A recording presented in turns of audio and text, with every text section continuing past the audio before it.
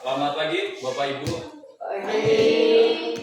Jadi hari ini saya akan mempresentasikan. Jadi ini tujuannya adalah untuk memenuhi kegiatan PKG PJOK.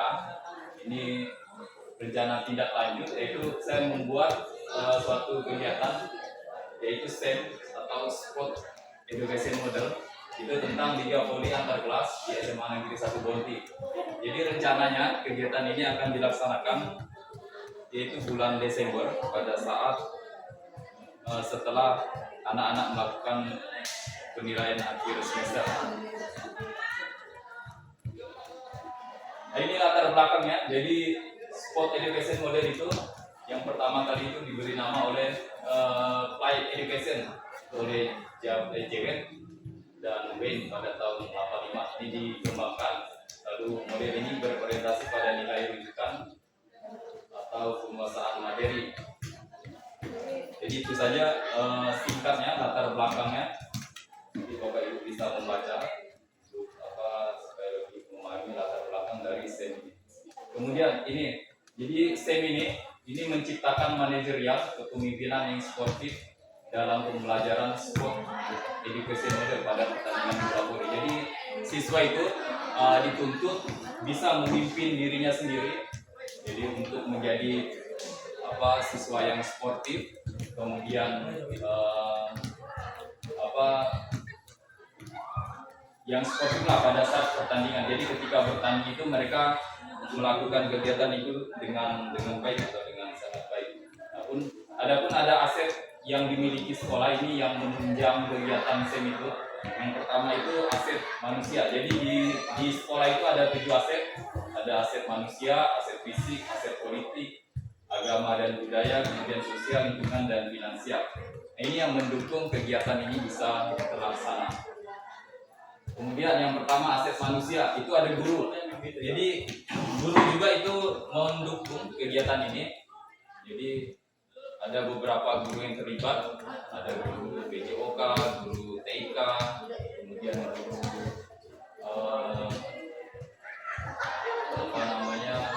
matematika dan lain-lain. Di situ ada bidan. Kenapa ada bidan? Karena nanti rencananya yang menjadi tim kesehatan itu adalah dari tim kesehatan. Kemudian fisik. Nah, fisik ini ada gedung sekolah, kemudian lingkungan sekolah, kemudian satpas sekolah. Gedung ini berarti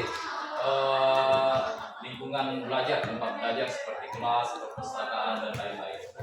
Seperti kita ini lagi mengadakan rencana STEM ini di perpustakaan, jadi itu juga bisa mendukung untuk kegiatan. Kemudian lingkungan sekolah, kemudian satpas, kemudian politik. Nah, ini seperti kebijakan kepala sekolah menentukan tentang pembiayaan kegiatan ini dan lain-lain. Kemudian agama dan budaya. Nah, di sekolah ini ada 3 agama, ada agama Islam, kemudian Katolik dan Kristen. Dari siswanya, dari gurunya juga seperti itu. Kemudian ada juga budaya. Ini rata-rata di tempat kita ini kan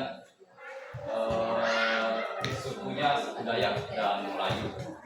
Kemudian sosial, ini hubungan baik dengan berbagai siswa dan rekan sejawat. Jadi ketika melaksanakan kegiatan ini nanti ketika pertandingan bola voli pada saat kelas meeting, siswa itu bisa melakukan bersosialisasi lah, maupun ketika bertanding ataupun pada saat sebelum pertandingan. Kemudian antar guru, rekan sejawat, ketika merencanakan kegiatan nanti bisa lah berkomunikasi. Kemudian lingkungan. Nah, di sini ada perumahan warga. Nah, di sekitar sekolah kita ini kan ada perumahan warga. Itu juga nanti bisa mendukung atau bisa menentukan juga. Misalnya kegiatan ini membuat ribut enggak di sekitar lingkungan, itu yang berhubungan dengan. Kemudian finansial. Nah, ini kegiatan ini nanti akan dibayar oleh dana PBB. Jadi itu ada 7 aset yang dimiliki sekolah ini yang bisa mendukung kegiatan ini. Itu tujuan pertama dari Sport Education Model ini. Kemudian yang kedua, pemahaman siswa tentang olahraga dan membantu mereka mengembangkan keterampilan, pengetahuan serta nilai-nilai sosial melalui pengalaman bermain sesuai dengan peran yang diminati. Jadi nanti siswa itu dituntut mengembangkan keterampilannya dan pengetahuan serta nilai-nilai sosial, pengalaman bermain yang nyata sesuai dengan yang diminati. Misalnya, ketika dalam pertandingan nanti ada siswa yang menjadi pelatihnya, kemudian ada yang menjadi pemainnya, ada yang menjadi cadangan, ada yang menjadi wasit, ada yang menjadi hakim garis. Pokoknya banyak peran mereka. Jadi mereka mendapatkan pengalaman yang nyata. Kemudian yang ketiga, menekankan pembelajaran melalui pengalaman nyata dan situasional. Kemudian yang keempat, meningkatkan kesehatan dan kebugaran. Jadi proyek ini juga membantu siswa itu kondisi tubuhnya itu menjadi sehat, menjadi bugar. Karena di dalam pendidikan jasmani atau di dalam PJOK dituntut itu siswa itu mempunyai kebugaran badan yang baik. Kemudian yang kelima, meningkatkan motivasi dan keterlibatan siswa dalam proses pembelajaran. Kemudian yang keenam, penerapan konsep belajar aktif di mana siswa terlibat secara langsung dalam kegiatan belajar. Itu ada 6 tujuan dari proyek SEM ini atau Sport Education Model. Apa proyek utama dari SEM ini? Nah, yang pertama, jadi nanti ketika proyek ini berjalan, tujuannya yang pertama hasil kemenangan dari pertandingan bola voli. Jadi nanti ada yang menjuarai, misalnya ada yang dapat juara 1, juara 2, juara 3 atau juara harapan 1. Tujuan yang pertama. Kemudian yang kedua, melatih mental. Kemudian melatih mental dan kerjasama dari peserta didik. Jadi tujuannya membuat mental mereka itu menjadi lebih kuat, kemudian membuat mereka bisa bekerja sama sesama peserta didik, sesama mereka di kelas lah. Karena kan sekarang sangat sulit sekali untuk melihat siswa itu memiliki rasa kebersamaan. Artinya kalau kita lihat pada saat kegiatan-kegiatan saling cuek dan lain-lain. Nah ini kemudian ini rencananya. Jadi nanti ada 52 JP. Jadi dalam sekitar 1 minggu lah kegiatannya.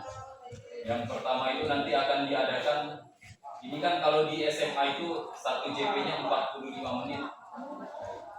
Jadi kalau 2 JP itu 90. Nanti kalau 4 tinggal dikalikan saja. Kemudian nanti ada beberapa perencanaan. Yang pertama pengenalan konsep pertandingan. Itu 4 JP. Jadi nanti akan ada tim yang membuat pengenalan konsep pertandingan ini, jadi mengenalkan bagaimana pertandingannya dan lain-lain. Kemudian yang kedua, mengenali peraturan pertandingan. Jadi nanti akan ada lagi rapat ini mengenalkan tentang bagaimana pertandingan itu, kemudian berapa jumlah pemainnya, kemudian berapa set kemenangannya dan lain-lain. Kemudian yang ketiga itu nanti akan diadakan juga diskusi tentang pembukaan. Makanya tadi melibatkan beberapa guru, ada guru seni budaya juga. Itu nanti yang merencanakan tentang pembukaannya. Jadi nanti misalnya pada saat pembukaan sebelum pertandingan ada tarian, ada nyanyi-nyanyi dan lain-lain. Nah setelah itu, setelah berdiskusi tentang pembukaan, barulah dilaksanakan cabut undi. Cabut undi pertandingan ini dilaksanakan 2 JP. Kemudian menyiapkan lapangan pertandingan. Nah, nanti lapangan itu juga lama ini 6 JP karena lapangan itu nanti akan dicat, kemudian mengganti netnya, kemudian membuat spanduk umbul-umbul dan lain-lain. Kemudian pelaksanaan pertandingan ini dilaksanakan selama 24 JP. Kemudian nanti ada juga rapat untuk perlengkapan pertandingan seperti bola voli, kemudian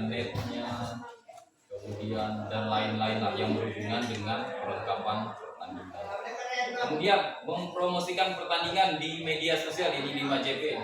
Nah, makanya juga ada dilibatkan guru TK. Nah, ini nanti yang membuat semacam poster atau semacam apalah itu nanti yang akan diposting.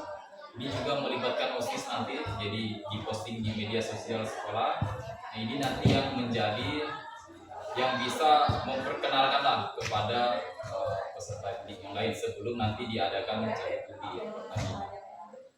Kemudian pembagian hadiah ini 4 JP. Jadi nanti ada pembagian trofinya, kemudian hadiah-hadiah lain yang lain lah, bisa berbentuk uang, bisa juga berbentuk hadiah yang lain.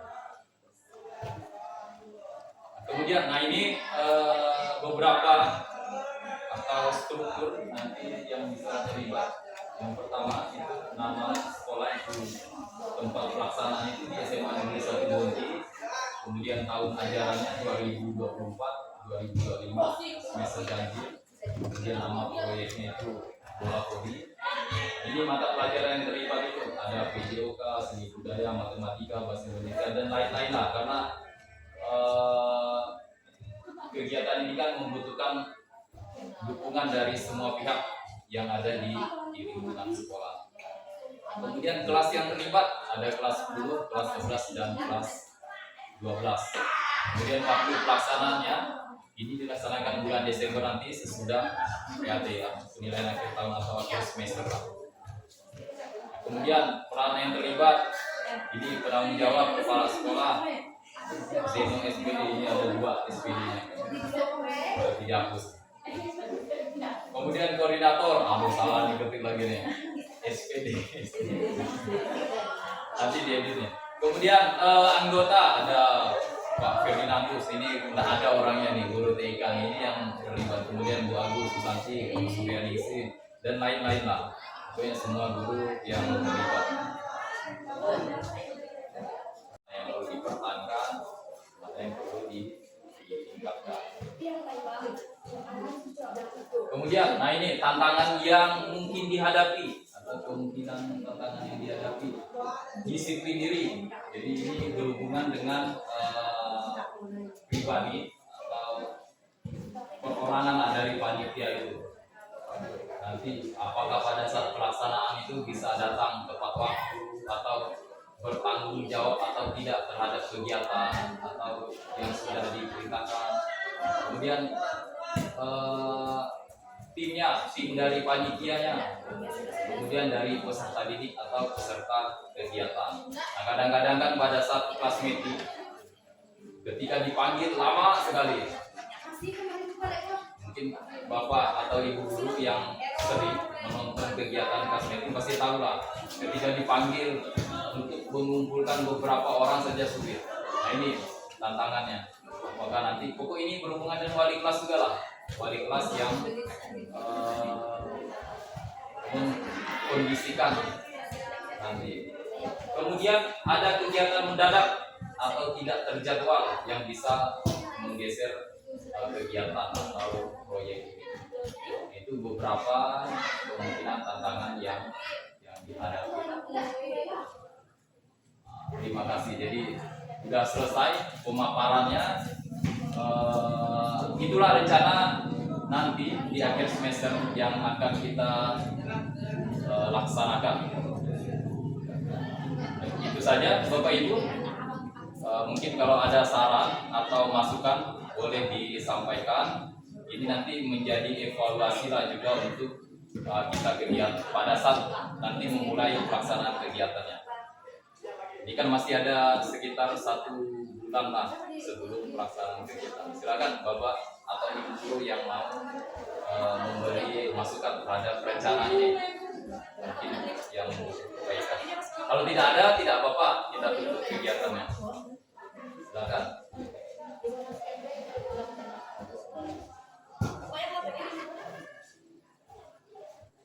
Tidak ada ya Bapak Ibu. Baik, terima kasih sudah mengikuti rapat kecil ini. Jadi mudah-mudahan apa yang kita rencanakan bisa kita laksanakan dengan sebaik-baiknya. Saya tutup rapatnya. Selamat pagi. Pagi.